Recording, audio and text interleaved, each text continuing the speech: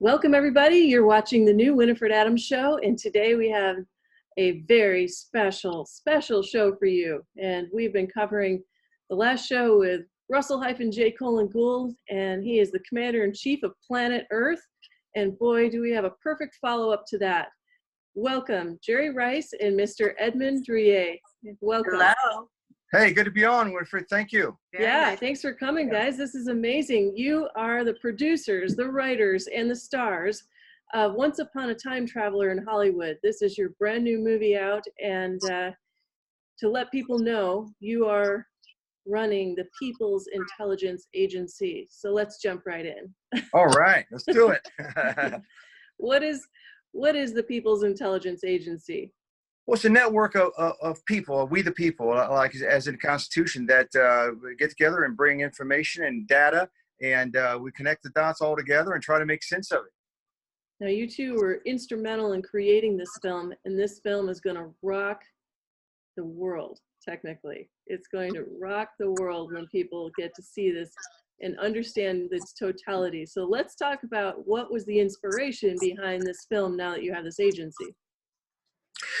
Well, the film basically was kind of, it's my life story in a sense that I came to Hollywood, jumped right in, worked with the Robert Evanses, you know, the head of Paramount, all the big guys over the years that I started to see behind the curtain and what was actually going on and how Hollywood ran off of really a lot of abuse and misuse from writers to actresses, actors, you name it. And eventually, just seeing that what they were going to try to do with the Once Upon a Time in Hollywood was just kind of cover all that up and present it as a nostalgic view of, you know, sexy Brad Pitt and da-da-da-da-da. And I'm thinking, wait a second, let's, let me, you know, try to do something a little different and a little more accurate and really document what's really going on in Hollywood, which is a military operation. You know, funny you say that, because that's kind of something that Russell-J. Gould touched on yesterday in our interview about the whole of this thing that's going on right now as a military operation. So what can you tell us about that military operation? Well, yeah, I think that when we first started to tell the story of that you see in Once Upon a Time Traveler in Hollywood, the idea came up that Tarantino let Sharon Tate live, and we kind of played around with the idea, and we said, oh, maybe it was a time machine, maybe it was this, maybe it was that, and I came up with the idea of CERN, you know, a machine out of Switzerland, and we started laying these components all together, and then all of a sudden we realized that it was a military operation, that this was a machine that was left over kind of from the Nazi era, and then it took us back to the Nazi time. And I think when we look at what's going on today, you can kind of see a thread, and that's what we were able to accomplish in the film. It was a thread from Nazi Germany to today, and when you look at Bill Gates and you look at everything that's going on, right, that's what happened. Even the terminology, when we were at the Palm Springs Film Festival, which is a big deal, Robert De Niro, as I was filming it, had you've seen the footage on one side have all these intelligence. It had more cops there than you can imagine, and of course, everybody was there. And he says it was a different time. It was a different time, and everybody laughed in the audience. And I'm thinking, wow, that's really so. This whole Nazi thing about a different, like right now, we can't go out and happy hour. We can't go. You meet your friends. You can't do. It's a different time. You can't touch you. It's a different time. The separation right now, what we're going through. And all these Nazi quotes and symbols and things are right out of the same terminology that they used. And it first set off when Steven Spielberg was interviewing the Viet Harlan, the head Nazi filmmaker for Hitler, for Goebbels, mentioned, when she mentioned, they talked about the Holocaust or something. And she says, well, that was a different time. Oh, yeah. I mean, you negated everything by just saying, you know, like they can work with Spielberg now. They were the #1 Nazi filmmakers, but now they can work with Spielberg because it's a different time, Winifred. Don't be concerned. It's just a different time. Is it so like a mind bend? It's a mind play in a sense. This is a different time for sure, but seems like your movie is showcasing what was predicted in this time, and now we're experiencing that. Well, the thing is, it was science fiction when we started, and now we're all realizing it's really going on here, and it's science fact. These are facts. These are scientific efforts that were going on from when Nazis started doing cloning and twins and everything that was done in the medical. You know, how the Rockefellers were connected to the medical experiments that are continuing to go on today. I mean, yeah, the vaccines and the chemicals, same thing that they're doing now, and apparently the 5G, and that was 1918. They were bleeding from the eyes. The nurses account that the victims were bleeding through their eyes. If you don't bleed through your eyes to death with a virus, that's bizarre. That's cooking. That's micro. You're cooking. Well, right. Okay, so you began this film when? Because here it is, and it's out here, and this time is happening. When did this begin, and when did you intend to have this kind of hit? Well, I used some of the footage from my previous film a couple of years before called the Banksters Made Off with America, which I really predicted that. Bernie Madoff, stole all the money from the richest princes and kings and people in 20 different countries. And so I had, Michael Madsen, Tom Sizemore, David Carradine in that. So I used some of that footage because it was the same exact subject matter and principles. The banksters taking over America, and even the name I used is it back here. See, the banksters made off with America. Oh, I took that down. Anyway, it's kind of there. The banksters made off with America, and so I used that same. What's happening now? It is the banksters made off in America. Bill Gates. Bill Gates' mother is from a bankster family, Federal Reserve family. With 2 generations back, her grandfather was a Federal Reserve. It's all banksters. I mean, this is what we're dealing with. So it fit perfectly, and that's how I was so ready for this. And then the rest I just shot. We went to see Once Upon a Time in Hollywood later, and I believe it was July 26th, and that's when the real process, because Edmund was showing me on Sunset Strip, he was all the billboards popping up. He was like, something's really going on here. So he kept sending me all these things, and then we saw Once Upon a Time in Hollywood, and we realized a lot of the story was about Edmund and about his partner. Because Damien Chap and I are the only ones to ever do the Manson story, and the Polanski is called Polanski Unauthorized. That's right behind you there. Yeah, okay. So Polanski Unauthorized was about Roman Polanski, and then of course he was married to Sharon Tate and the murders and all that. And so we're the only ones to ever do that. And then we were the outsiders in Hollywood. We took up anybody's shit and kind of blacklisted and stuff to some level. And they didn't want to play the game, and which is a very brutal game. And so when he started doing all that, and I did the Chippendale bit, and I did all this sexy bullshit. And so when Brad Pitt started with all that, I'm like, wait a second. And then the other guy was like, DiCaprio plays like a guy from Ohio, and he's kind of like that. And he wears a brown leather jacket, which Damien only wore a brown leather jacket. It's the only thing he ever wore. I mean, the whole thing was just a little weird. And if it's not us, then who is it, right? So. Well, who is it? Exactly. Who is it?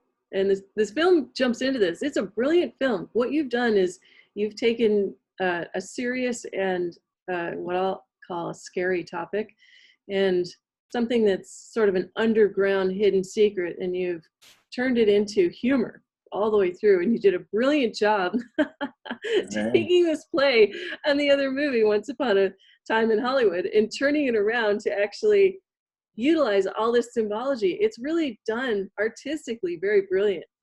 My hat's off to you. This is amazing. Well, thank you. It's good to have someone like you who's in Hollywood, lives in Hollywood, and has lived the life to be able to really see it. I think a lot of people, like we're out here in Palm Desert at the moment, we did some screenings, and these very wealthy people, they really don't really get it, because you almost have to have lived the grunge of Hollywood to appreciate the insanity. I mean, I look back even to Sunset Boulevard, right across from the Pig was the restaurant, the Naughty, the strip club, and the Naughty Pig and all that, where they have the underground tunnels that come down from all different houses. I guess my point there is there was like a gay hustler joint there where a lot of these kids were pulled out, like James Dean, and there was a whole racket of a lot of these actors that were hustlers. Even Richard Gere was a hustler gay hustler before he was pulled into the American Gigolo, and all this stuff. It's a very hidden. Even actresses. I mean, Marilyn Monroe. All these people were really run through the gamut before they became big stars. So you're saying that they made them a big star and sort of used them and used them. They were used as a secret military base in Laurel Canyon called Lookout Mountain, where they all even had little cards. Like Marilyn Monroe had a card, ID card. It was defense and all. I forget exactly what it says, but it's all military. And a lot of these actors and actresses were used. Like, for example, they were used in Vietnam to stop, make fools of these kids that were saying, "Hey, no more war, man. We don't want to go to Vietnam." And so it made them look like drug addicts and freaks. And they had them on LSD through Frank Zappa's dad on Laurel Canyon, who lived 3 houses up from, the Beach Boys and the Byrds and Joni Mitchell. And Mama Cass Elliott lived in the bottom of the country store. And all this is coming out now. The guy that wrote the book, they killed him last year. Year before, what was his name? An Irish name. He lived near me in Palos Verdes. Wow. And he wrote the book, and he turned me on to some of this Laurel Canyon stuff, which I never knew much about. Then, of course, I started talking to a lot of my buddies, even though people that worked at. I know older people in Hollywood. And in fact, one of your friends knew a bit about it too. Tony knew some stuff about this because they all lived on Laurel Canyon. Yeah, I guess it was the scene, right? And that MK Ultra thing was going on up there. And what's interesting is this time frame is bringing out all this truth, all this hidden agenda, and it's sort of exposing some of the things that may have been going on or maybe are still going on. And your movie is speaking to that. It's asking people to do what? Think for themselves, and it's asking them to connect the dots. Connect the dots is a big thing, yeah. Yeah, I think what's interesting now is I've always been a conspiracy theorist, and I know Edmund has as well.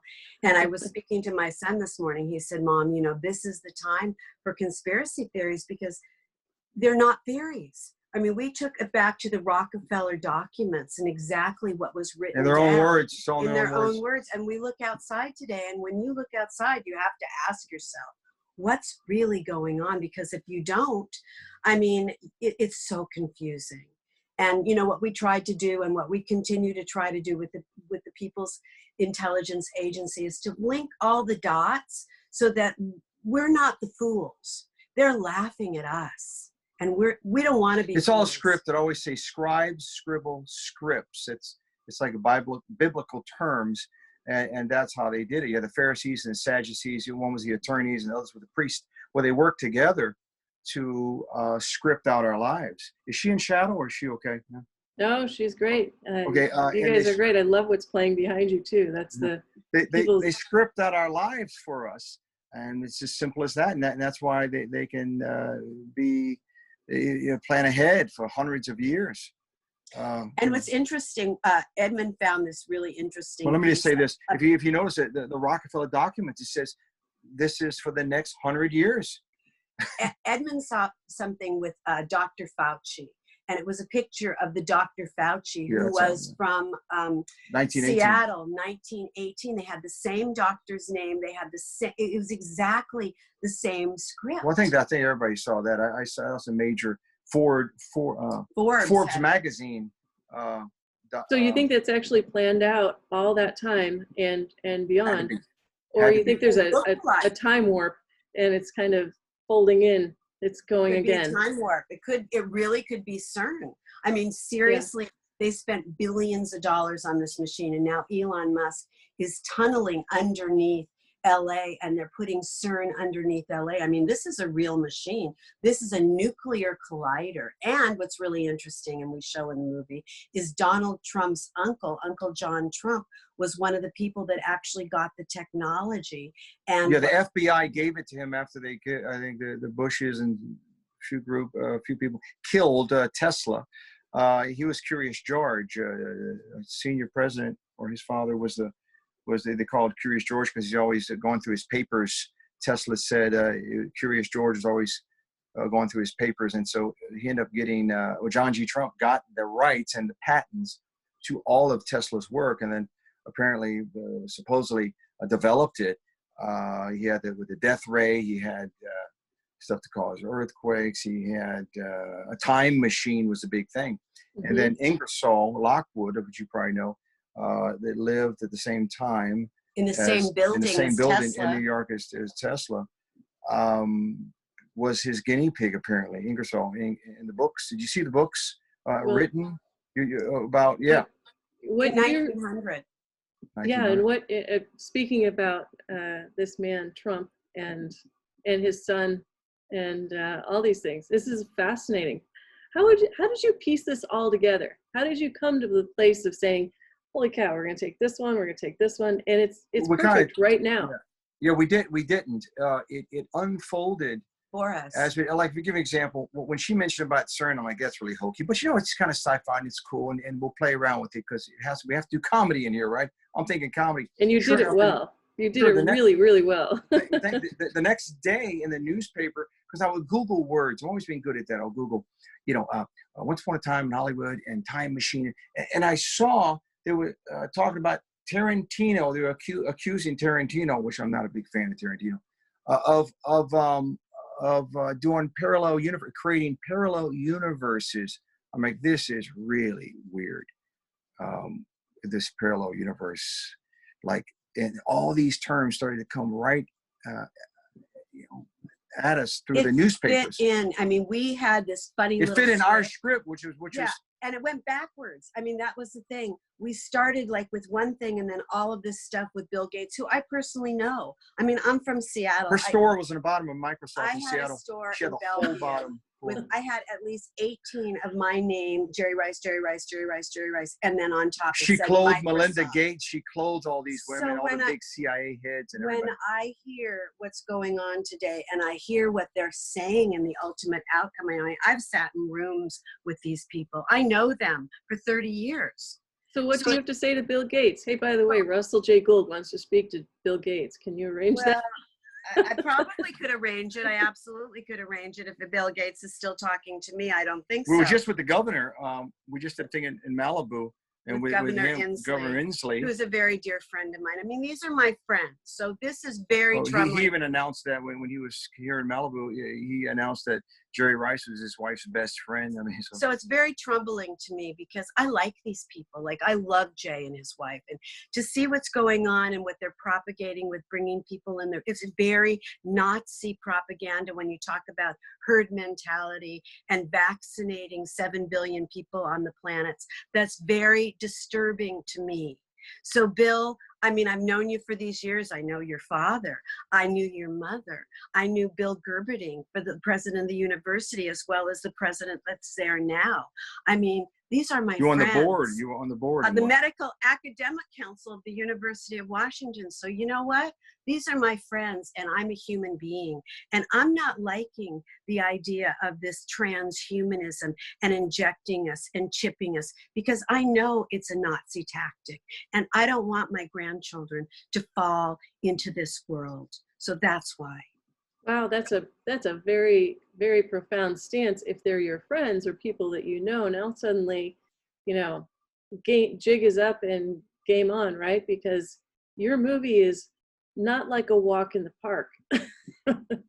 It's our truth. It's our truth. And whether our friend is on the right side of history or the wrong side of humanity, we have to do what is right and what we believe is right for our children and our grandchildren. And I think these people, at some level, they were born into these families. Let's face it. I was born into just a hardworking family that wasn't involved in anything and very Catholic and dumbed down. But these people were born into families that run the plantation. They're part of high management. And if they decide not to do something, they're going to kill them. They can't allow them. So they don't really, a lot of these kids are born in these families. They don't really have a choice. And I'm not saying it's definitely not our right to do what they're doing by any means. But it's just looking at it. Look at Obama. Obama's mother was a honeypot from Washington, from Mercer Seattle, Island, where Mercer I'm Island, from. and she was a victim herself of out there based in the Ford Foundation, working with the head of our with Obama, the head of the whole money deal, and she was and then raised this kid. Obama. They were born into these families to do what they're doing and do what they did, and that was their life. He went to high school with all the other CIA kids in Hawaii, where your daughter-in-law. Okay. Anyway, let's just say. So let's say it's very personal for us. It's very, very personal, and I'm really grateful that part of this is my therapy, because it's a process. You all have this to is a unwind process. it. You have to figure it out for yourself. It's a little bit mentally mind-bending, especially for those that are sort of new to that topic. When you look at this at first, I mean, it's a comedy. You've come across making this really funny and oddball in a way. But I want to know how you got all these other actors involved in this. Let's talk about who's involved in this film and how you got everybody in. Right. Okay. Michael Madsen, I've worked with, that was in The Banksters Made Off with America. He plays the FBI guy. Then I had Tom Sizemore, who did Saving Private Ryan with Steven Spielberg. Tom Sizemore was great playing the, Rothschild assassin. He's pretty intense. He was in Heat with De Niro and Pacino and all that. I had, David Carradine, a personal friend, which he got involved in the whole conspiracy thing, and I think he was taken out. Who else? Rachel Hunter. Rachel Hunter's a friend. A few movies with her, and their manager. A lot of them's manager, Chuck Bender. We produced films together in the past. Chuck Bender had started Sharon Stone and was offered her for the movie too, but I just had to work fast when I started shooting. But just been in Hollywood for a long time. And these people, they don't worry about the subject matter, and they didn't say to you, hey, I don't know. Was there anybody that said no? No.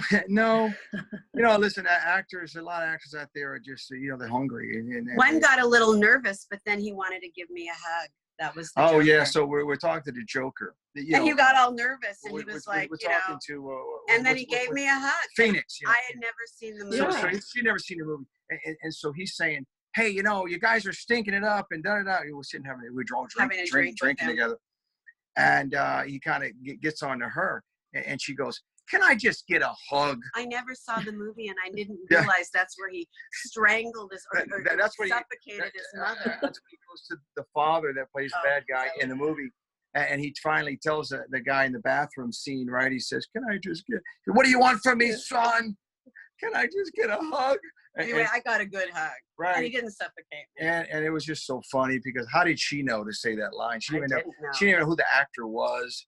That's what this whole movie is about. The whole thing is about these seeming coincidences, right? Mm-hmm. And they're not coincidences, according to you both, that this is actually not only scripted in this time frame right now, it had been written in some other time frame, and it's acting itself out today. That's what's so bizarre. And right? Yeah. So, it kind of looks that way. I mean, and the interesting part is science. I mean, people talk about you have to know about science. Well, they spent billions of dollars trying to find the God particle. I mean, they're talking about all of these things that CERN is bringing through the dark holes. And, is it evil entities? We don't know what it is, but it is real, and it's scientific. And that's interesting. Yeah. How did you get the information on CERN? Have you seen anything?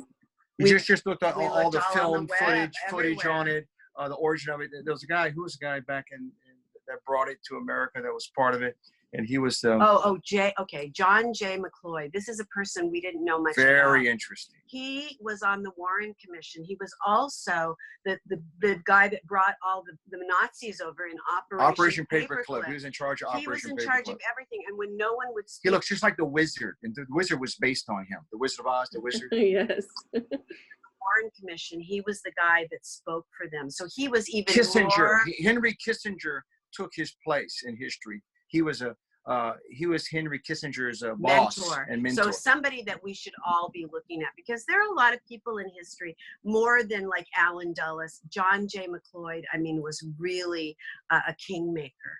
Yeah, mm-hmm. Yeah. Well, I have to say, I really love your website, and I love the clips that you've recently put on there as well. I think everybody should see that and recognize you're pulling history, you're pulling data, you're pulling humor again. You're showcasing again what's actually playing out right now. And what had been said and what is happening today. So Operation Paperclip was a precursor to what you're calling the Nazi movement back into this country, and then taking up through the CIA and moving on through there, right? I think it's interesting you say back into this country, because I think you're exactly right. The Nazis were funded by, the big banking families and corporations here in America. And so a lot of people think, even I get confused sometimes when I think this Nazi thing came from Nazi Germany. No, the whole thing was financed by America and probably other places. The Bushes and the big families. One of the biggest things, and being a Jewish American, like this was most shocking to me, because the Holocaust was so much part of my life. And it's so much so that when I had money, I donated it to Steven Spielberg's foundation, the Shoah Foundation that's housed at USC.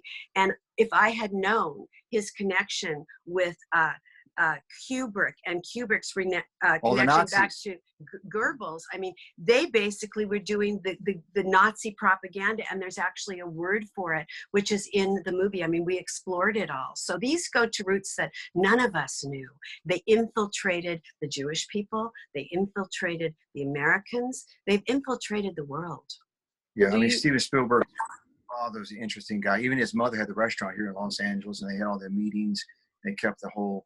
But the father helped design computers. Yeah. And the father started Bill Gates and started the Mac guy. Steve Jobs. Steve Jobs. It was Steven Spielberg's father who gave them their start. I mean, and it all links back to GE, and it all links back to IBM. And IBM was the one that started Bill Gates too, and it was a connection with Mary Gates, Bill Gates' mother. So I mean, this didn't just happen. This has been going on, is what you're saying. This has been a long-standing familial bloodline of carryover, and the carryover. IBM, the Pope, and what was and Bill Gates was just a big title. I mean, this is all connected. I simplified by saying this: we live on a plantation. This is like the easiest way to understand it. And there have been, high-ranking management, it's bloodlines, and they continue, they use the same people that look at this Fauci thing. Well, why in 1918 is there a guy with the same name that looks exactly like him? Is it a time machine? I don't know that it's a time machine. I think it's just his grandfather. or a clone. Who knows? Or maybe cloning. Yeah, no, that's the next step in this. The insinuation of cloning. And now, I'll just tell you from my research data of the radio shows and things I've done that, we over here have seen a recent lawsuit that involves cloning, and what apparently is being done maybe down underneath us, deep in the ground, where they are experimenting and creating AI robobots and all sorts of things that are. But they're naming everybody in that lawsuit, and they're naming all the people who created this destructive technology, and mostly not only naming the technology, but saying, in fact, that this technology and the truth about it has been kept from the people. So for 6 months, they tried to tell people, and mainstream news would not put it out there, would not allow people to know about this. So hence they came forward with this suit, and it's a namer. it's a lot of weird stuff going on. I'm not sure that I understand it all, but it's very weird stuff going on. It is. We live in like a type of sci-fi movie. Yeah. And who can put it all together? That, I think it's a challenge to put it all together, and that's what you're doing, and I'm doing, everybody's doing. And I think all this was not important until everybody got locked down in their house, and now they're realizing that just maybe they should figure out what's going on in order to figure out what to do. Right, exactly. Or what not to do. Or what not to do, or where to be, or where not to be. It appears that our rights are in question at the moment, and that's what you're saying. And ironically, what really stopped me in my tracks is this film is so timely. It's Once Upon a Time Traveler, A being the title, the other film having come out previously with Brad Pitt in it, and now you're making kind of a spoof on that, but at this time, and you're releasing it at this time with this data. That's what I think is so brilliant here. It's my message to them is maybe I'm a triple agent. That's how. well, your website is so beautiful. It's we need a little humor inside the facts, and you lend to that. You're bringing that forward inside of these facts, and people are waking up, and they're certainly asking a lot of questions now. Going back to the end of this we can't story, let them get the best of us. No, yeah. Can't let them get the best of us. We have to have a good laugh while we're on the road here. So exactly. If you don't laugh, you cry in this instance, and we have to keep laughing. They're traumatizing us. Yeah. They're trying terrorists to break us down, and it's a psychological attack. And so laughter is just one weapon to keep your sanity. This is what happens when you lock two filmmakers down. I should have never done it. Never done it. Let us know. Too much time on our hands. Yeah, you guys are brilliant. I love this. And so I want to talk about, let's talk about the ending first, because the ending leaves us hanging that in this book from way back when, and now President Trump might be the last president. And you're hearing this through Sears. You're hearing this, Sears is in not the company, those that see into the future, Sears. And you're hearing this kind of narrative going on all over.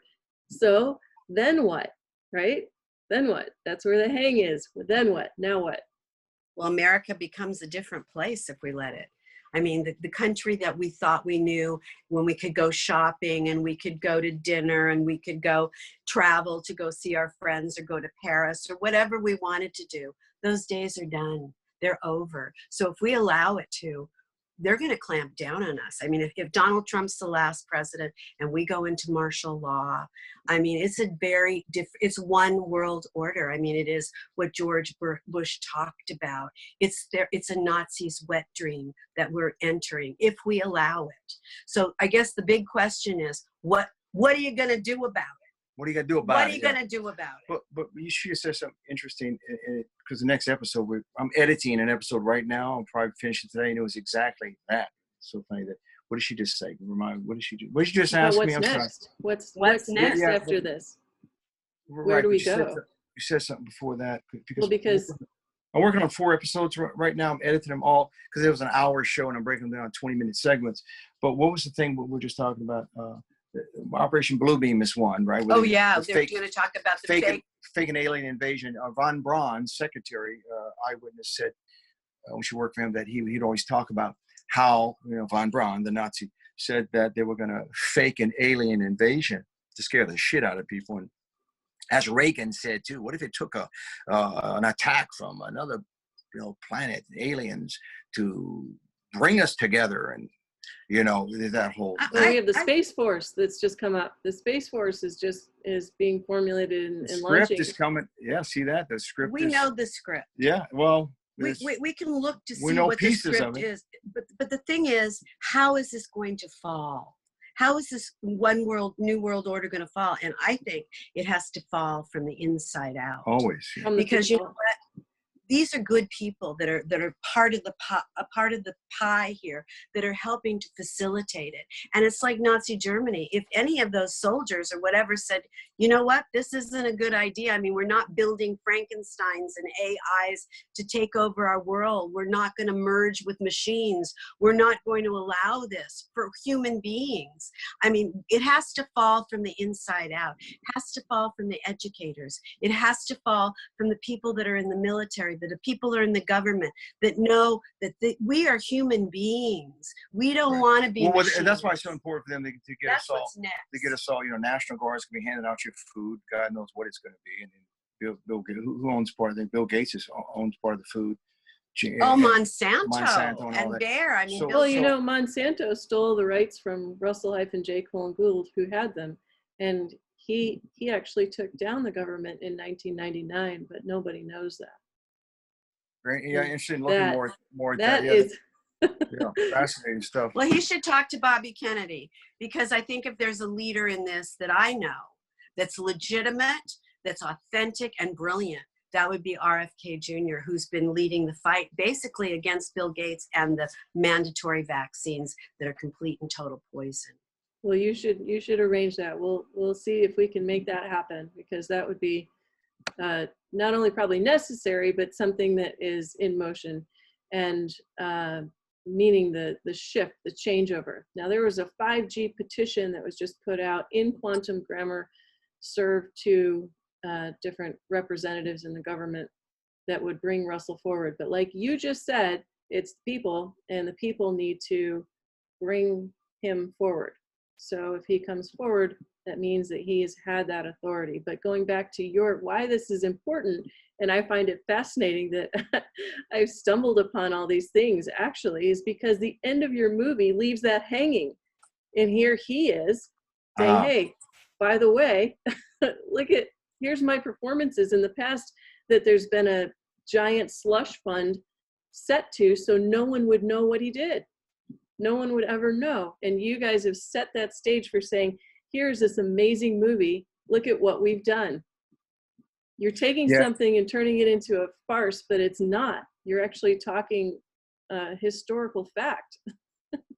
And one of the things I did not put in the movie, which it corresponds with what Tarantino said about Sharon Tate, which there she is. Well, I came back. Come back. Yeah. She never died, right? So he set that out.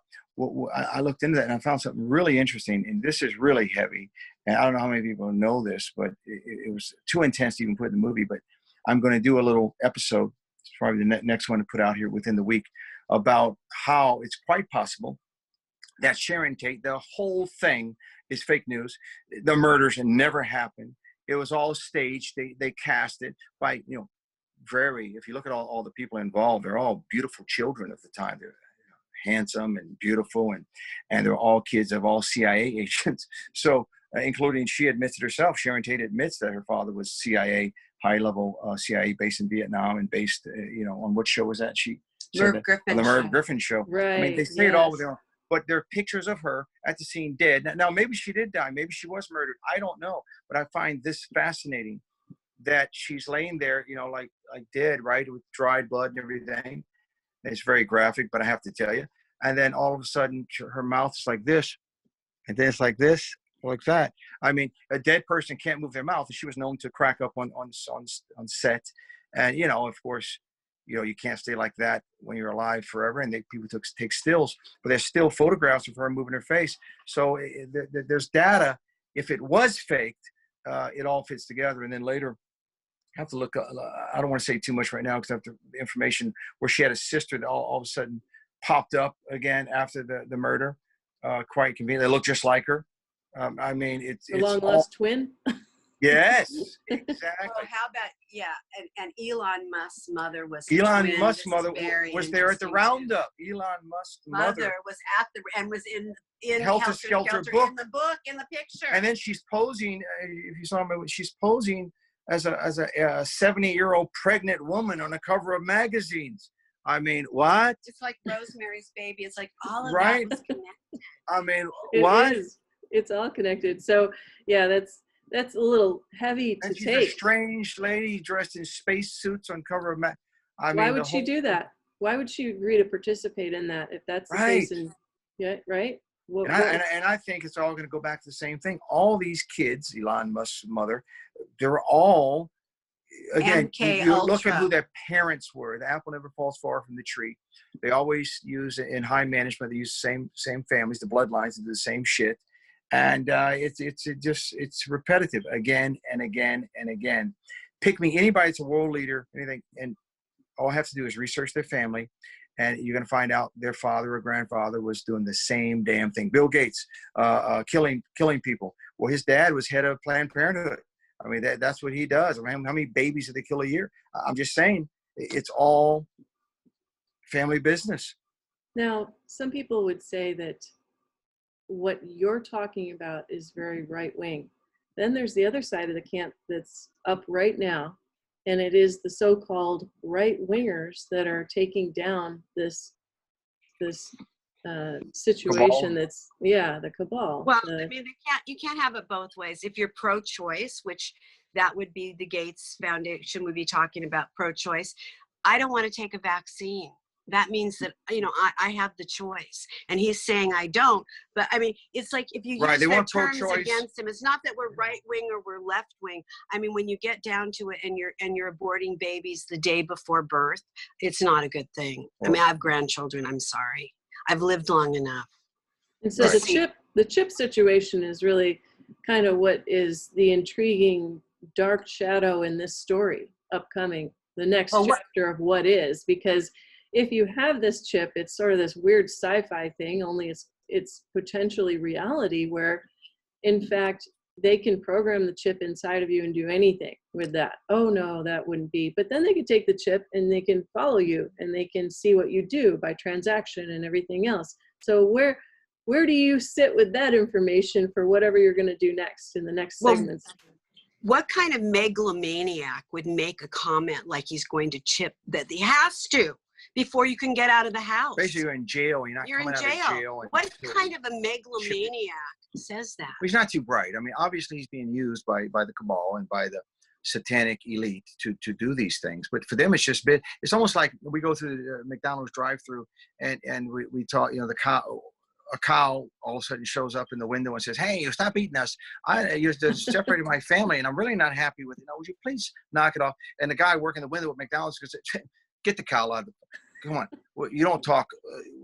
Who taught the cow how to speak English? That's pretty amazing. But anyway, get him out of here." Yeah, you know, so this is kind of like we're treated like goyim or cattle. Yeah. And we're talking, but it's almost like look at the legal dictionary and you look up the word human being and you look at the definition in the legal Black's law and it says movable property. Human being is part animal. So the legal dictionary today, under the definition of human being, it may be a couple of, they change it. Black's law, it's an evolving thing, but you go back to the 1950s, I think. I have one here. And you look up the word human being. So they are not confused of who you are. It's just we're confused of who we are. That's why we pay property tax. I'm a realtor. So property tax, only slaves pay taxes, tribute to the king. So if you're paying property tax in order to have you don't own your house. So you're not allowed to own anything. It's all there. They just forgot to tell you. And we go to attorneys to tell us what's real. And attorneys work for them. They attorn property back to the king. That's what attorn means. So it's all spells. There have been spells put on us. Words are spelled, spelling. Aaron Spelling was the biggest TV guy writer in the 80s. Guess what? That wasn't his name. His name wasn't Spelling. They're trying to tell you something. He changed his name. You're playing in this movie on all the symbolism and all the pictures and all the little things that line up accordingly, that they are telling you all the way along that people aren't seeing, and you're begging that question. Well, wait a minute. What does this mean then? Talk to that and how you put that together. And you. Well, Jordan Maxwell is a good friend of mine. I did his documentaries years ago. He's one of the greatest teachers in the world on symbols and ancient toxic religions. And the symbol, for example, we use in one of the clips, documentaries, Jordan Maxwell, what was the Red Cross? The Red Cross. Red shield means Red Cross, Red Shield. That wasn't their name. It was Bauer or whatever. So today we have the Red Cross. The Red Cross goes on both sides of every war. They finance every war. The Red Shield, Rothschilds, in Sherwood Forest, they own and have that big mansion in Sherwood Forest that you had people that went around and robbed. When you went through Sherwood Forest, you had to be careful because there were people that wore hoods that robbed you. Robin Hood, steal from the poor, steal from the rich, give. They flipped the script. It's the opposite. So many people know that. I talked to a guy from England. That's how I learned this. Talking about the Rothschilds, he says, "We know they own the Sherwood Forest." Like, well, that would make sense. So the whole Red Cross thing. That's when we get to how many people over in history would say, "Hey, we got some diamonds." Edmund, you know anybody wants to buy any diamonds in Hollywood? I go, "Where'd you get the diamonds?" I mean, they're raw diamonds. And well, a friend of mine flies for the Red Cross, and they're always involved in criminal activity, man. But it's an old story. The Red Cross, the Salvation Army uses it. Well, the Salvation Army was started by the Rothschilds. There's all the Red Cross. Switzerland is the Knights Templars from Jerusalem. They were the bankers of old. Well, they used the Red Cross. The country's always miraculously is neutral in all the wars, the world wars. The only people to go on both sides of every world war are the Red Cross. Of course, they have medicine and they have blood and They want your blood and the Red Cross. The whole thing is just a little weird. It's a bizarre story all the way around, and you've captured it perfectly in Once Upon a Time Traveler. They can't in change. Hollywood. The Lakers can't change jerseys with the Bulls halfway through the game because they'll pass the ball to the wrong guy. So they have to maintain their symbols. If you learn to read symbols, you forget language barriers. If you learn to read symbols, which is what they go on, you'll never get confused. You'll never pass the ball to the wrong guy because they cannot change their symbols in the middle of the game. In the game, where they're in the middle of the game right now. So I would think, I try to put that in my movies as symbols, symbology, because they can't fake you out once you understand how that works. Well, I think that based on what you're saying and showing in your film is that they can actually show you in advance and then they do something, right? So go back, Predictive let's go back to, yeah. It's the programming in advance.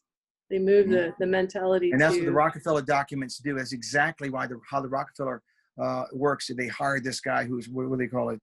He's the futurist. He's a futurist. And I point him out and interview him, show an interview of him at the beginning of this segment of the Rockefeller documents. It's exactly what they do. They give scenarios. They call it scenarios of the future. We don't know why it happened. Hey, here's a scenario. It's playing out exactly in 2010. This Rockefeller document was written by this futurist scenario writer. Well, there you go. well, see, you guys are talking about you being conspiracy theorists. What if you're just historians?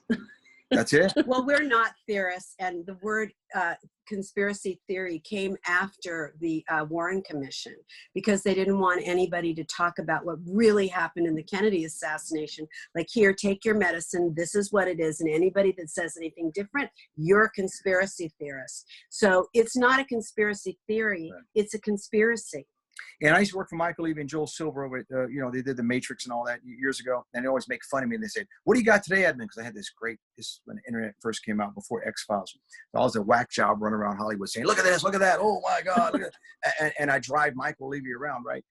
And his right-hand guy. And, he did all Arnold's movies, Stallone's movies and all this stuff.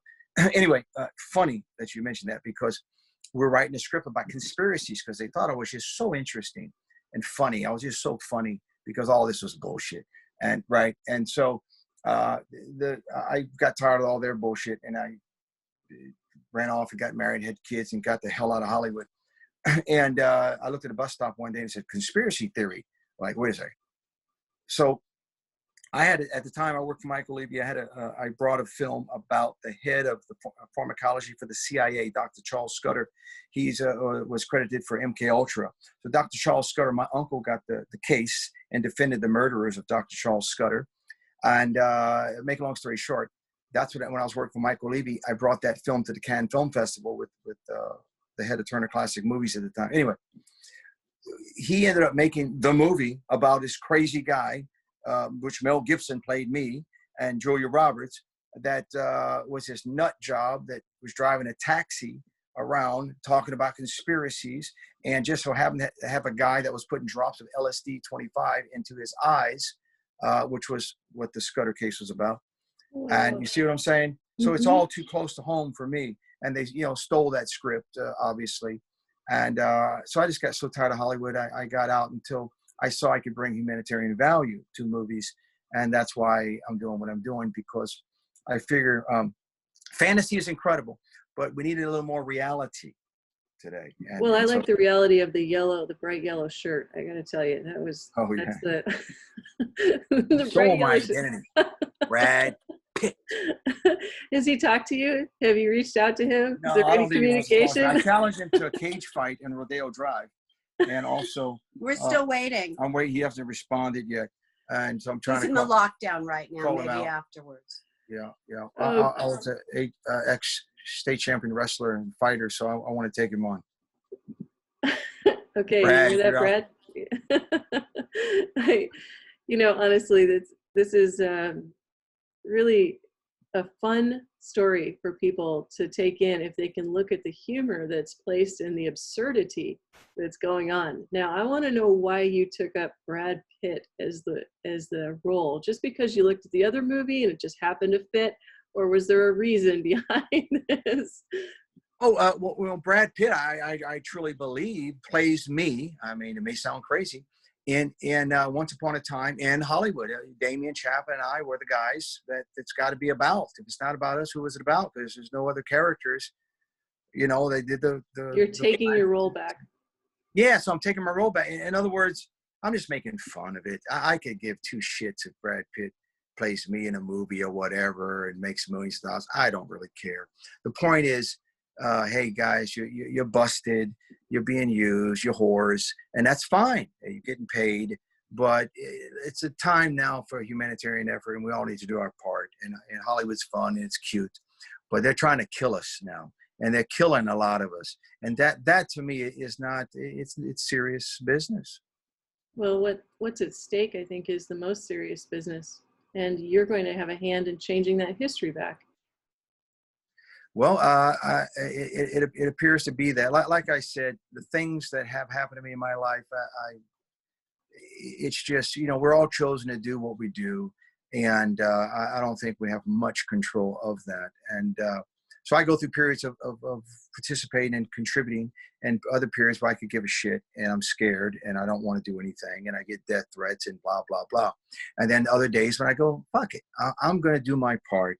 And I don't give a shit what happens. And so I think we're all in that, and whether we like it or not, we're all in that position. Or are you going to stay quiet and wait till they come to your door and drag you to a FEMA camp? Or are you going to contribute what information you have? And that's why the People's Intelligence Agency is exactly that. I want to attract people to me that want to be part of, you know, you have to have a revelation before you have a revolution. You have to know what you're doing before you can run away from the bad guy. You got to know who the bad guy is. You may run to the bad guy. So things have to be revealed to us before you can have a revolution. And that's all there is. And that's why they control all of our, that's why they gave us Facebook. That's why they monitor all of us, so that they can know who's organized and who's doing what, and come get you. But I believe that I'm protected, always have been protected, and there's of us that are protected, and so you need not worry about anything. And believe me, if you weren't protected, you'd be gone already. So well, I think that people need to realize that fear is the big disseminator here, and lowest vibration. Yeah. Mm-hmm. I mean, we were out in the neighborhood where there is nobody, right? And people like 6 o'clock in the morning wearing masks. There's nobody on the street. Nobody on the street. This poor lady, she's 70 years old. I said, she can't even breathe. She's not getting oxygen because she's walking with a mask on. Take the mask off. I mean, really? I mean, yeah. You know, I mean, what they have created, the scenario that they've created, the amount of fear and anxiety. I mean, you want to talk about terrorism? These people have terrorized the world into submission. Well, we've done it to ourselves. I mean, you don't have, if they, at what point do you stop obeying when they say get on the train? I mean, at what point do you stop, right? At what point do you take back your rights? And that's really what's in question. Without a mask, I'm sorry, I draw the line. What people don't realize is the U.S. Constitution and stuff talks about your rights. Well, the Constitution didn't give you rights. The fact that you knew that you didn't want to be abused is your rights. It just made it evident, self-evident. You either believe that you're a free person or you don't. And a lot of people, I hate to tell you, don't believe they're free people. They don't believe they deserve to be free. And it's a tragedy. But I don't want to be one of those. It sounds like younger souls are actually more used to structure. And so that's where they're taking advantage of people, is taking advantage of authority and structure, as opposed to creativity and discovery in a human soul, right? I mean, people aren't afraid of discovering. Children aren't. Right. I think what happens is, you know, we're all good people, and they get you where they say, well, you're good, you know, you behave, you have to go along, you have to be part of the herd. I mean, you're a good person, herd. But the truth is that, you know, the individuality that we all have is what makes us human. And we can never lose that. Yeah, we need Yeah. each other. We're part of a big picture. We're somehow connected, and without that individuality and uniqueness, we're just We're a digit. we're like a bunch of computers connected together, like kind of like the Matrix, facilitating their bullshit and imprisoning ourselves. You know, the reward of fear is enslavement, and the reward of courage is freedom. It's always been that way. That's a great way to say it. You know, that's really a poignant point there. The reward of understanding what your movie's about is education now, not entertainment only. It's education. And so I would encourage everybody to see that. Thanks. That's a Everyone. humanitarian value that I say, you know, a fantasy over reality. Fantasy's fun, it's cool, and I love it. But at this point in time, we need to use the thing that they use on us for us, and that is the programming. You know, they use the words very well. What news program would you like to watch? ABC, NBC, CBS. But the key word is they're programming us. So it's a learning tool. And you're right. It should be used. Film can be used, as I try to use it, as a learning tool. Well, in this case, it's a very effective learning tool because it's mind-blowing. I'd been speaking about the interviews I'd done with Russell-J. Colin Gould for some time. And Tony, our friend. Tony, yeah. Yeah, Tony was like, oh no, he even met him. He's like, no, I don't know about that grammar and all that stuff. I said, he really did these things, Tony. He really took down the government. He really captured the flag back for the people. And no one knows about it. Why doesn't anybody know? And after seeing your movie, he's like, whoa, whoa, okay. And he came to all these conclusions on his own. Oh, did he see my movie? Mm-hmm. Oh, really? Oh, that's fantastic. I didn't know that. Yeah. Well, I tell you one thing, whatever damage you do against the enemy, they're not going to broadcast it, right? So, you know, if you bust the mob for selling sugar that causes cancer, they're not going to put it on their television station and tell everybody you busted them. So it would, you know, whenever people tell me fantastic stories or things that exist, I believe them because I definitely don't believe what I've been taught since first grade. I've been brought up in a Masonic structure, which is first grade, second grade, third grade. I've gradually been indoctrinated, a gradual on a scale. You have a gradual. So I've gradually been brainwashed or indoctrinated. So I've graduated. I wear the black board. You know, it's all symbolic. It all makes sense when you put it together. Everything we've done as human beings is we've been programmed since, you know, our Masonic structure. This whole country is Masonic. It's compartmentalized learning. Everything's learned in compartments, and that's what a pyramid is. A pyramid is blocks on top of blocks. And so when you're ready for the next, you know, piece of information, you're only ready if they can trust you to keep your mouth shut. And so that's why all our doctors and the Rockefellers took over the medical profession, because that's exactly what they had to do. They had to get people to read this stuff in this book, whether it's true or not, and then you know, believe it and say it to other people. And another key thing that I think is very important is we're all repeaters. We're taught to be repeaters. And what I mean by that is we didn't learn a lot of stuff through our senses. I saw it, I tasted, I smell it, it smells like this, it looks like that. We're repeating shit that was told to us by somebody that we don't know who told them. And if it was wrong, it's wrong, it's wrong. It's like a copy machine. It keeps making the same copy, but it's wrong. Yeah. I like that analogy a lot. That's so true. Repeaters. We're all repeaters. So I'm trying to break out of being a repeater, because I know I am, but I'm making an effort to stop repeating things before I'm running through my senses, because it becomes nonsense if you don't use your senses. So you see how simple it is, but we're taken so far away from the truth that we don't, our process is wrong. The whole process of speaking and talking is wrong. We're repeating rather than taking time to be in the moment to say, do I even believe, before I say this, do I even believe it? And if I believe it, why do I believe it? You follow me? Oh yeah, I think that's a brilliant approach, because we're trained away from being connected in what I call, in my world of healing, spirit. You know, we're disconnected from that spirit. And I think the longer that indoctrination can have you disconnected, the less you can think for yourself and go back to discover. You're not discovering, you're waiting for what you're told. It's like the whole thing about we're all one body. We're members of the same body. So when you become one with that body again, you remember. You reconnect or remember something. Oh, I remember. You know, the words. It makes perfect sense. It's just we don't realize.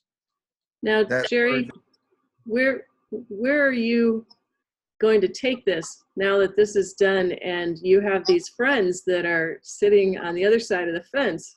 Are they going to see this movie? Have they seen this movie? Now what? They've already. That's the good thing about the process. They watch her every day. Everything she posts, they're watching her because they're all CIA. We see you too. Ooh. So, you know what? Let me just say this. There's no going back. I mean, I love my friends. I mean, I really love my friends. They've been my friends for 30, 40 years, you know, but there's no going back. So I hope that, you know, what I'm saying has some solid ground under it, and the people that'll stand up and see it will stand with me. Because if they're good people, they're not going to stand on the wrong side of history. And once it starts to be revealed, then they're going to have to make their choices. I mean, is it about money, or is it about humanity? Is it about your children and your grandchildren, or is it about, you know, that job and covering up? You see, the amazing thing I like about Jerry, I've met a lot of people that are truth movement people, and they believe in the truth and everything, but she gave up everything for the truth. She was one of them. She had the, you know, $8 million worth of real estate and the blah blah and the stores and the name and the fame. She gave it all up because she realized at some point the spell broke. And when you met with Fidel Castro. They had her there with Castro. Had her there with him. And they had her as one of the leads of the whole Zionist movement, the whole deal. They had her, you know, the brigade. I'm a good salesperson. Making they say if you can sell a dress, you can sell a country. And they had me in with the Palestinian territory, negotiating. In with Fidel Castro. We opened up trade for the first time with Fidel. I mean, it was a real life changing moment to be traveling around the world and lead and to be part of something that, I mean, I think we were used as a tool. Yeah, and so they bankrupted her immediately. They tried to destroy her and kill her for all I see, and she's still here. And so that's why I think she's very good die she's young. Very important. She knows all the bones are buried. So you know, I think they're as much afraid of me as I should be of them. Because the truth sheds light, and when you have light, it lights up the darkness. It's a bit like a light bulb with the moths, and you can still see through it. The light still shines through. And but there's no going back for sure. There's no going back. Right. Are you ever worried? Are you ever about what? Yeah. About what? About the virus. She's too old to die young. I'm too old to die young. About the people that are perpetuating the entire Nazi movement. I think they've shown their faces right now. I think they came in the door and locked it behind them, and now you know. Well, no, they didn't lock it. They came in the door and they heard it locked behind them. It locked behind them. Now you know it's the lights on, game on. I mean, is it going to work for them, or Bill is Gates, it not? Because we're going to fight it to the end. Yeah, Bill Gates is famous, and she knows because she lived as his neighbor. He always built these doomsday they had tunnels under the house on Lake Washington and lived on Queen Anne. So these people know who they are, and they know they need to hide, and they're prepared. Well, it seems like there's a lot of kerfluffle in Hollywood right now as to who's in quarantine and who's not. And who's a pedophile and who's not.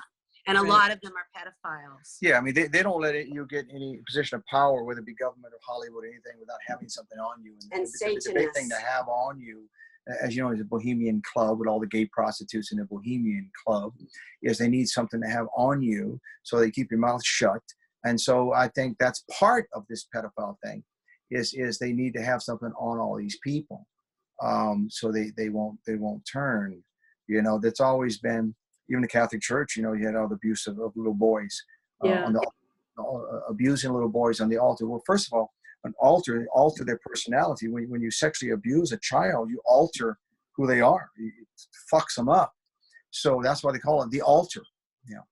I mean, this is a little boys were raped on the altar. They called altar boys. I mean, it's not hard to put it together, and it's still happening today.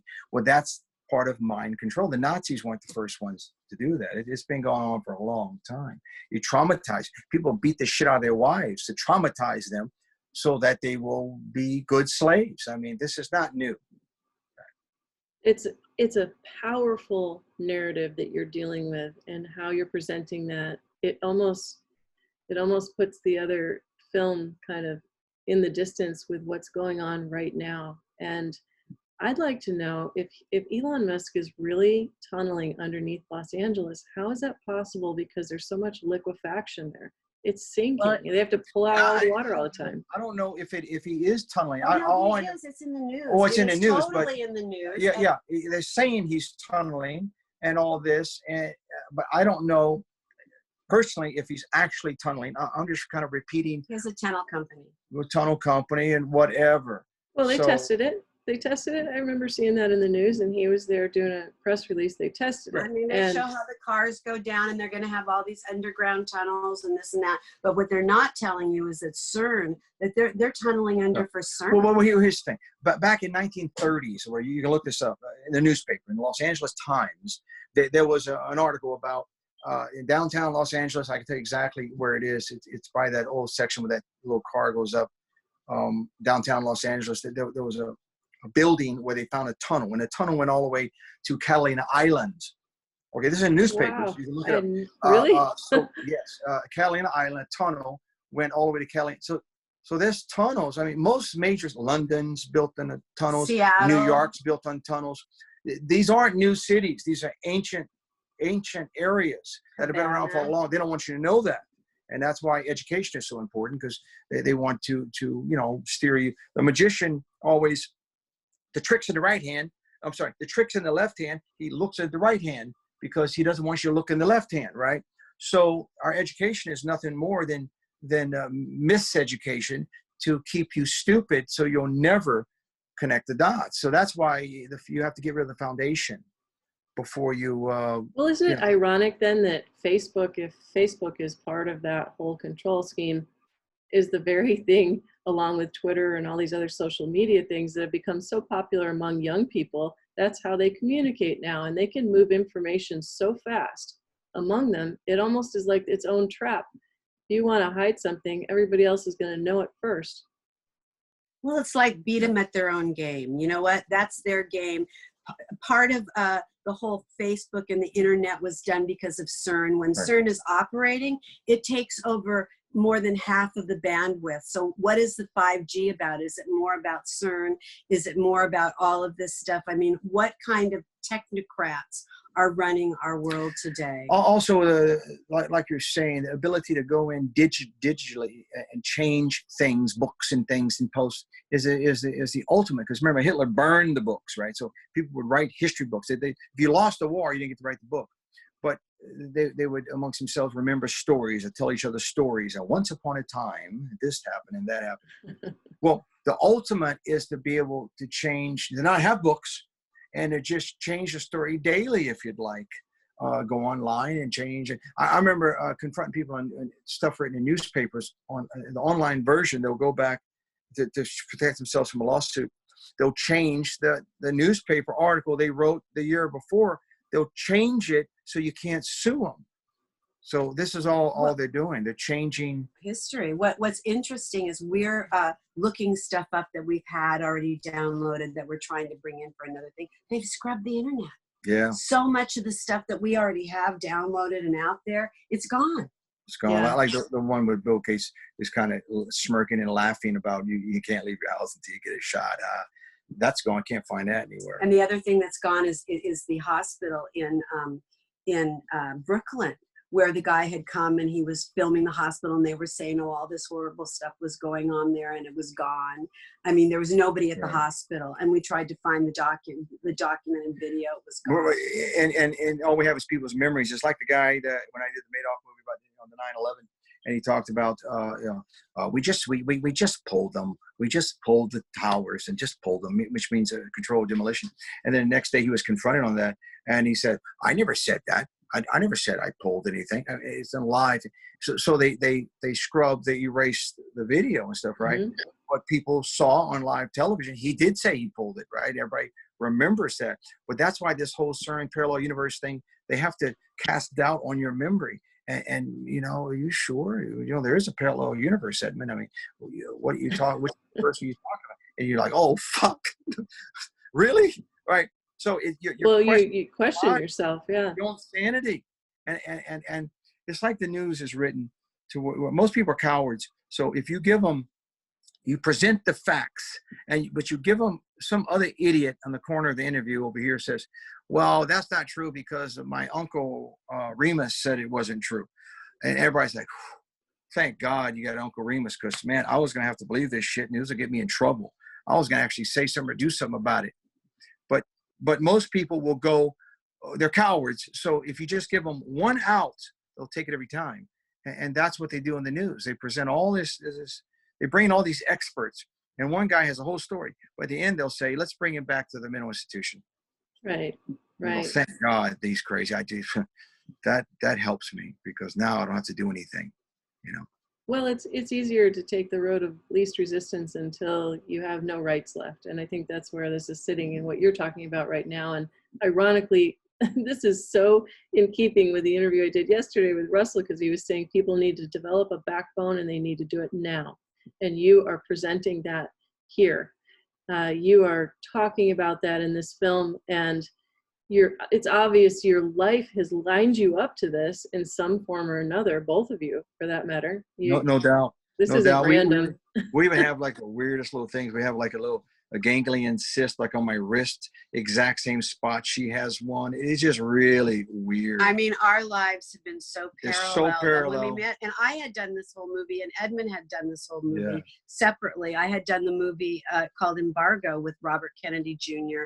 and Khrushchev's son, and I got the last interview with Ted Sorensen, who was a speechwriter for JFK, and Lucy Arnaz, Desi's daughter, sings the theme song, I'll See You in CUBA. And I mean, it took me down a rabbit hole. I wasn't a filmmaker. I was in the fashion business. I mean, I had no idea about history. I had no idea. I mean, I was dressing, you know, Oprah. I was dressing all these people, but I had no idea. And I think that this rabbit hole that took me down with Embargo brought me to Edmund, and Edmund and I together. I mean, it was like this incredible, you know, recognition of like our talents and how they work together. And it's been a really fun process. It really has. You're brilliant in the movie, both of you. And I love the scene. I love the train track scenes. I love the beach scenes. And just We're on sort the right of like, track. We're on the right I mean, the fact that I didn't fall on my face. Yeah. You know, I mean, the chutzpah that I had to play Sharon Tate, you know, Edmund's like, well, you know, she's got to come back. I'm like, yeah, she came back at age 77, so it gives me time now to really fulfill the prophecy of Sharon Tate, you know. You did a brilliant job. Thank you. Yeah, the whole thing. The whole thing is really something that everybody needs to see. This should be curriculum for entertainment and education all in one. And I encourage everybody out there to take a look. Now, where can they find this? Where are the places? Well, you know, we have it on Vimeo as long as they allow it to be there. You know, the problem with films that are accurate and have information that the powers that be do not want is they just scrub your thing from wherever you put it. So, you know, it's on YouTube now. It's on Vimeo now. Well, it's not on YouTube. It's on YouTube. Yes, it wasn't. Well, it's on. Are you putting it on Awoken? Are you going to stick it on? No. What's Awoken? You have to tell me about that. I want to put it everywhere, and you can put it anywhere. Free. It's free. You can put it anywhere you want. Just, you know, anybody needs to file, I'll give it to them. Upload it everywhere. You know, it's a humanitarian effort. I'm not making any money off the film, so it's a complete humanitarian effort. Incredible. I wonder. Yeah. I wonder what the other Hollywood actors think about this. I'm sure they've seen it. Yeah. Everybody stays real quiet. I'm not the most popular guy to hang out with because they think they get in trouble.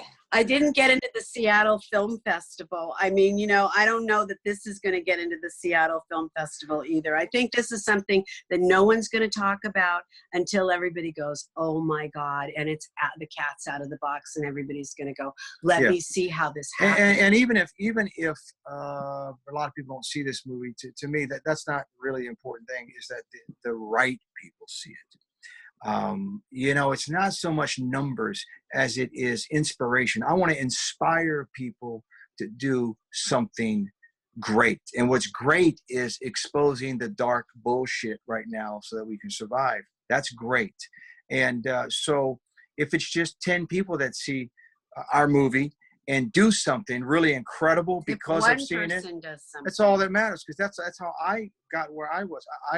I'm standing on the backs of giants, researchers, people that brought me the truth when I couldn't find it, and desolate in the desert, and you also you find gold, you know, and that it made a difference in my life. So that's really the thing. It's not so much getting caught up in the numbers, but just the right people to be inspired to breathe life.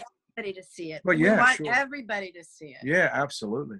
Well, we are doing our part for putting things out there that speak of truth and helping people connect back to who they really are, so that they aren't lost in the sea of all of a sudden being hypnotized and waking up another day and realizing, like, you know, overnight COVID couldn't happen. Oh yeah, it could happen. It did. You're in it. This is it. It's happening.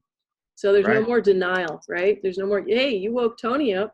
I'd been chirping on the platform for a long time, and then he went ahead and signed this quantum grammar 5G document, which speaks to, by the way, the public closure concerns command letter, stop 5G harmful global electronic wireless chemical aircraft trails mandatory vaccines. Great. Yay. Great. Thank Good you. work. Thank you for the work that you're doing, because we need to get the word out. And what we do doesn't mean anything is if we don't have people that are our partners and that want to get the word out and want to share and really start to change the tide. Well, like I said, the government never gives you any weapon you can use against them. And government means control the mind. If you look at the words, as a guy explained the other day, government in my mind, but they don't give you tools you can use against. They give us Facebook, where they shut us down and they monitor what we post and how we post, and they put you in Facebook jail and everything. So you know, we have a lot of friends in Facebook jail. Yeah. I've seen this as I've been out there speaking to people on the different mediums, and after hearing the interviews, they come find me, and so I recognize this is happening. But I do believe that given the scenario that's taking place, and I think energetically everything happens for a reason. So your film, your movie is also adding to the energetic on the other side of that tide. I think that's moving this wave a little bit at the moment, where there's momentum. There's momentum to learn this truth. There's momentum to ask the questions, if nothing less. Do your homework and ask the questions, take the deep dive and do it. What is that? What are you speaking about in this film, really? If you could sum it up in 2 sentences, what would you say this film is all about? You go first. I would say that this film is about questioning our reality to what is really the truth and what is the ground under our feet. And we all have to be willing to give up some of our preconceived ideas in order to understand the dilemma that we're in. And then we want to inspire you to take action and to follow the lead that we have created and find your truth. And I would just say, basically, your story, whoever you are watching this, is very, very important. Whether you realize it or not, you're part of something. Get your information that you have, that you're allowed to have, is really important to somebody. And that's what I just told what I knew about Hollywood, what I knew about my experience. Whether people think it's entertaining, I don't really give a shit. I know that before I live and die, I'm going to tell my truth, just in case it's important. And if it's, oh wow, I admit it's like you're saying, it's incredible. I don't know how incredible the movie is. All I know is this is a true story. This is my truth, and it's important to me to tell you about it. And so I think we all need to look at life that way. And that's what this movie is about. Tell your story, why you're still alive, why you still have freedom, why you can still do it. Brilliant. Well, you know, the People's Intelligence Agency is the website and organization that you can join. And that's what it is, right? The People's Intelligence Agency. Yeah, it's brand new. We're still figuring it out, and we're rolling, and we all have to work together and help each other if it has value. If it doesn't have value, then okay, you do something else. But we have to, you know, pursue value here. What's going to make a difference? The People's Intelligence Agency, and the film found on Vimeo and all different mediums out there. The website, www.thepeoplesintelligenceagency.com is where you can definitely find it. Okay. Yeah. And it's Once Upon a Time Traveler. Once Upon a Time Traveler in Hollywood. Yep, absolutely. It's a different time. It was a different time. It's a different time. It was a different time. No happy hours today. It's a different time. Thank you both, Jerry Rice and Edmund Druilhet. Thank you so much. I really Thank appreciate you you. being here on the We Winifred appreciate Adams Show. you. Thank you. Thank you. Thank Mwah. you. Thank you Yeah. so much. Well, Awesome job. Let me know what we can do. Take care. all right, go Bye-bye. Jolly, everybody. Thanks for Bye. watching. We'll see you again. Take care. Bye-bye. Bye.